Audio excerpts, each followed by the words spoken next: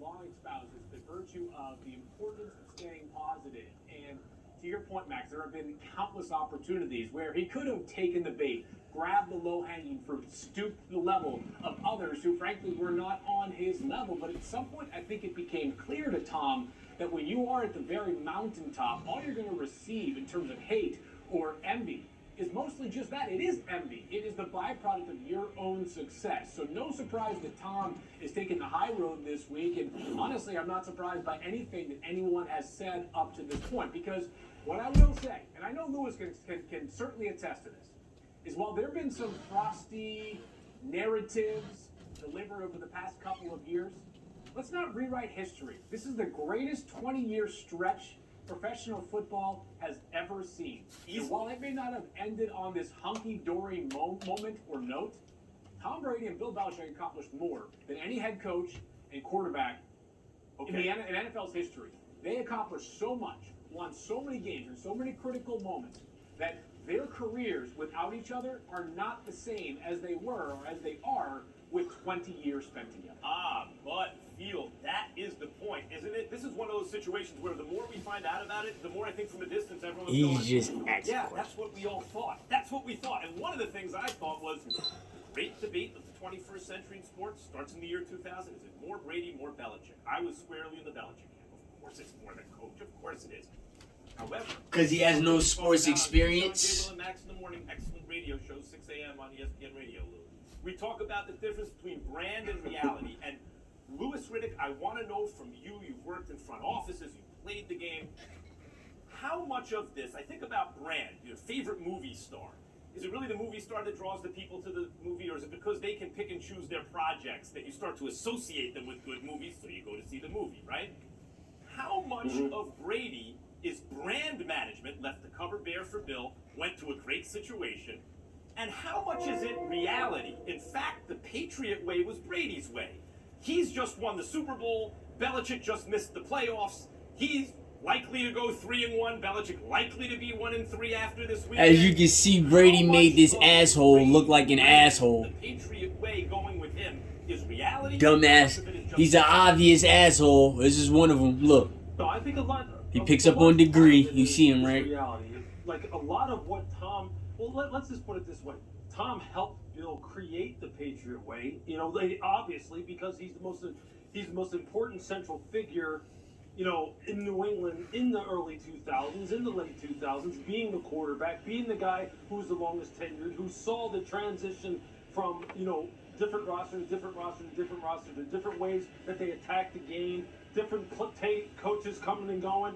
He was the one constant. So him and Bill were constantly perfecting the Patriot way, constantly building upon the Patriot way together. Although, obviously, there's been some leakage in terms of news that says that maybe Tom's suggestions weren't always taken very seriously and or implemented in the way that maybe he wanted them to. But there's no doubt that he helped build it. But I do think this though. Look, coaches don't win football games, players do. That's an old quote from Jackie Sherrill, the old University of Pittsburgh coach from a long time ago in the 1970s, early 80s, when he was coaching some of the great teams that the University of Pittsburgh had ever seen. He said, look, yeah, I helped put them in positions, but these guys are the ones out there winning the football games. And Bill will tell you the same thing, too, that players win games. Coaches help give them a blueprint to do it. And this is why people like Max and these other commentators like Stephen A. Y'all do not need a job. When it comes to what you're doing, you don't need to be employed right now. You need to go do something else. We're 3 days away from this must-see matchup, but there's another big game this weekend. Dak Prescott and the Cowboys are taking on undefeated Panthers. Carolina will be without all-universe running back Christian McCaffrey time. When asked about Dak Prescott, Panthers coach Matt Rule had this to say. I'm thinking we go in a commercial because Max is slow ass. I paused it and everything. Which is emblematic of a quarterback who knows exactly where the ball is going to go versus the defense. It's like watching Peyton Manning. It's like watching Drew Brees call the game at the line of scrimmage. Okay, there it is. Field Yates now becomes Sam Acho. Pleasure to welcome in Sam Acho, NFL analyst, to the show. Dak reminds Is he me, on guys, I wanna cocaine? say quickly, Look at him. I've always said this even before he, from a couple of years ago, of Tom Brady and Russell Wilson. A competent, winning kind of player, a game manager who's big on third down, for a good coach with a good defense, right? His mom and so didn't he walk could win into him. games, but it becomes a self-fulfilling prophecy. That environment nurtures him, and he eventually becomes the great player that it looks like he's going to become. That's how I see Dak Prescott. He has become that great player finally. Sam, what do you make of those comments from Matt Rule?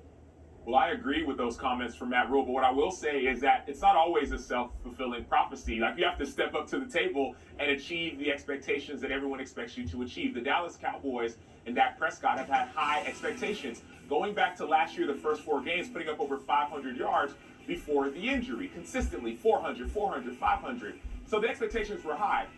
Kellerman, expectations high. And now he's continually met them week in and week out. And he's done it at an amazing pace. That's why a guy like Matt Rule, a defensive-minded coach, can watch him and say, oh, wow, he is like the Russell Wilsons. He is like the Tom Brady. See, the difference between guys like Russell Wilson and guys that aren't like Russell Wilson is that Russell Wilson continually got better. And that's what Dak Prescott is doing. He went from game manager earlier in his career to now he's a play maker. He's consistently getting better. Not every quarterback does that. We've seen Josh Allen do that. We've seen a few quarterbacks do that, but the great ones are able to make that change. That's why I see Matt Rule making this comparison, and I actually would agree with it wholeheartedly. And Lewis, that's a scary thought. He's got the arm, he's got the legs. If he has a Peyton Manning brain, whoa, what do you think? Yeah, look, the development process is never a given. Okay, you can project and hope that that's what it becomes, but it really comes down to that perfect marriage between player and system, and then taking it a step further, the player actually wanting to really engage in and really embrace the process of getting to this, what I like to call this Matrix Neo type of level, to where now they see things in a way that only the greats can see it. Meaning they can see things before they happen, they have answers before they're actually asked the question, and then they start operating at this kind of efficiency level that we start associating with some of the greatest of all time.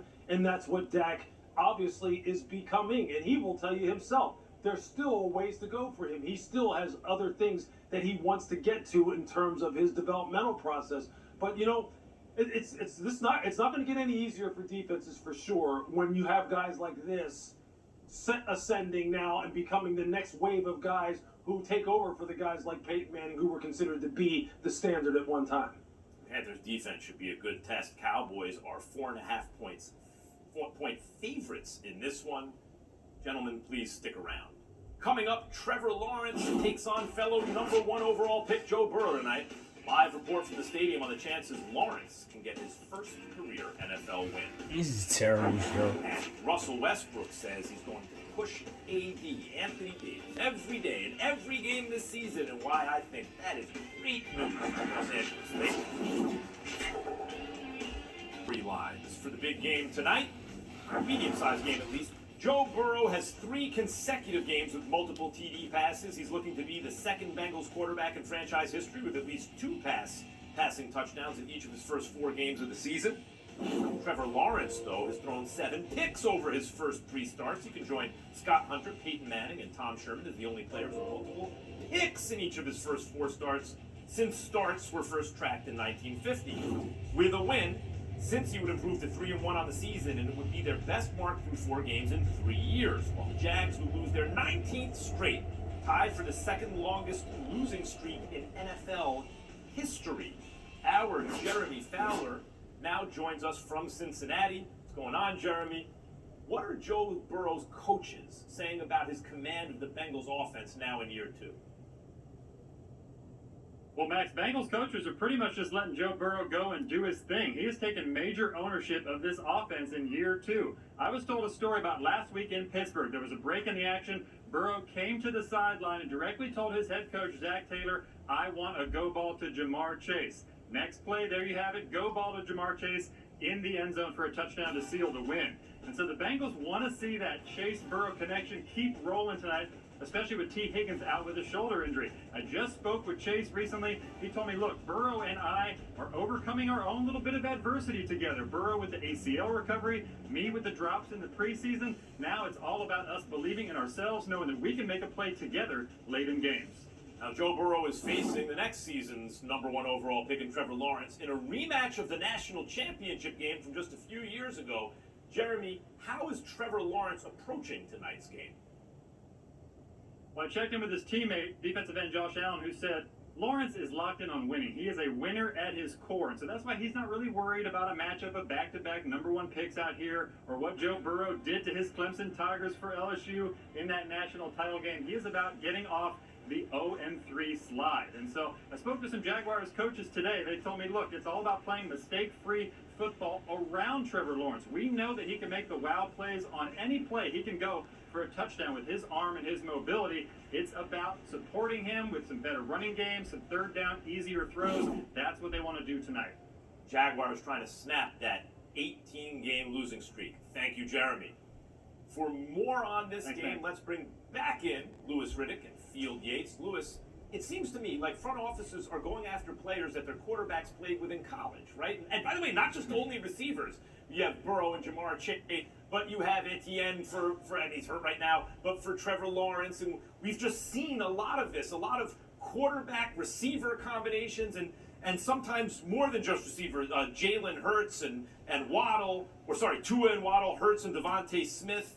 What are we looking at with this new trend in the NFL? Is this about wanting to maximize the rookie deal for the quarterback, so you bring him in someone who has chemistry with him already so you can start winning right away? Is it about just making the quarterback comfortable? What gives?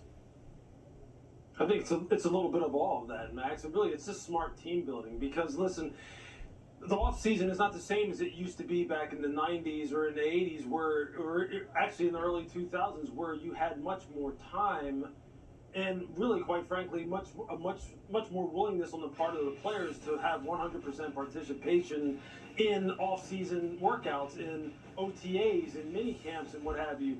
And so now, when you have that reduced amount of time to get together, in a 7-on-7 or an 11-on-11 setting, you really are looking at, well, how can I speed up the development of my quarterback, and how can I quickly get him on the same page with his perimeter weaponry? Well, one of the ways to do that is to get familiar players in there that he has either played with or played in a very similar system with, so they can hit the ground running quicker. I mean, that's just smart team building, and that doesn't just go for quarterbacks or just go for the draft. I mean, that goes for free agency as well. You oftentimes see teams look for players that have some kind of common bond with either players that are on the team, the scheme that team is using, or what have you, because that's just a way to get guys going quicker and smarter and play more efficiently and at a higher pace. Field, we certainly see Trevor Lawrence thread the needle at times, even since the preseason. Oh, that's a pretty throw. But what are you hearing about around the NFL when it comes to his development as a player?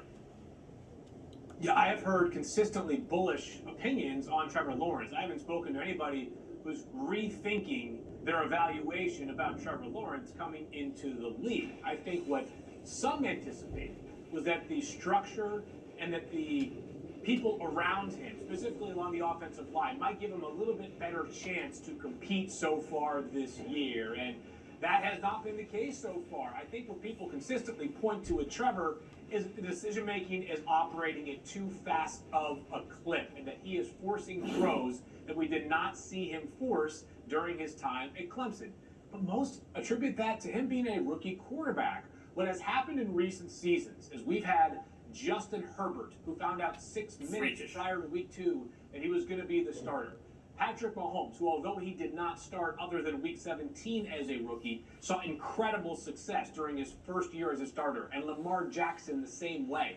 That all of a sudden the expectation for rookies has gotten out of whack. You've got others who are on a more normal trajectory, like Trevor Lawrence, who are going to be fine, but these early woes should not be a major surprise to anybody.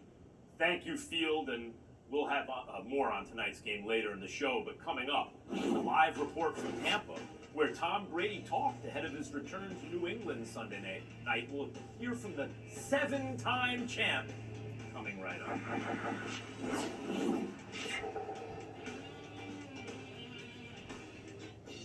One crispy Kentucky Fried Chicken sandwich for you, and a delicious crispy spicy one for whoever needs a little kick in the keister. Get the Kentucky Fried Chicken Sandwich in classic or spicy for just $3.99. It's finger-licking good. As someone who resembles someone else, I appreciate that Liberty Mutual knows everyone's unique. That's why they customize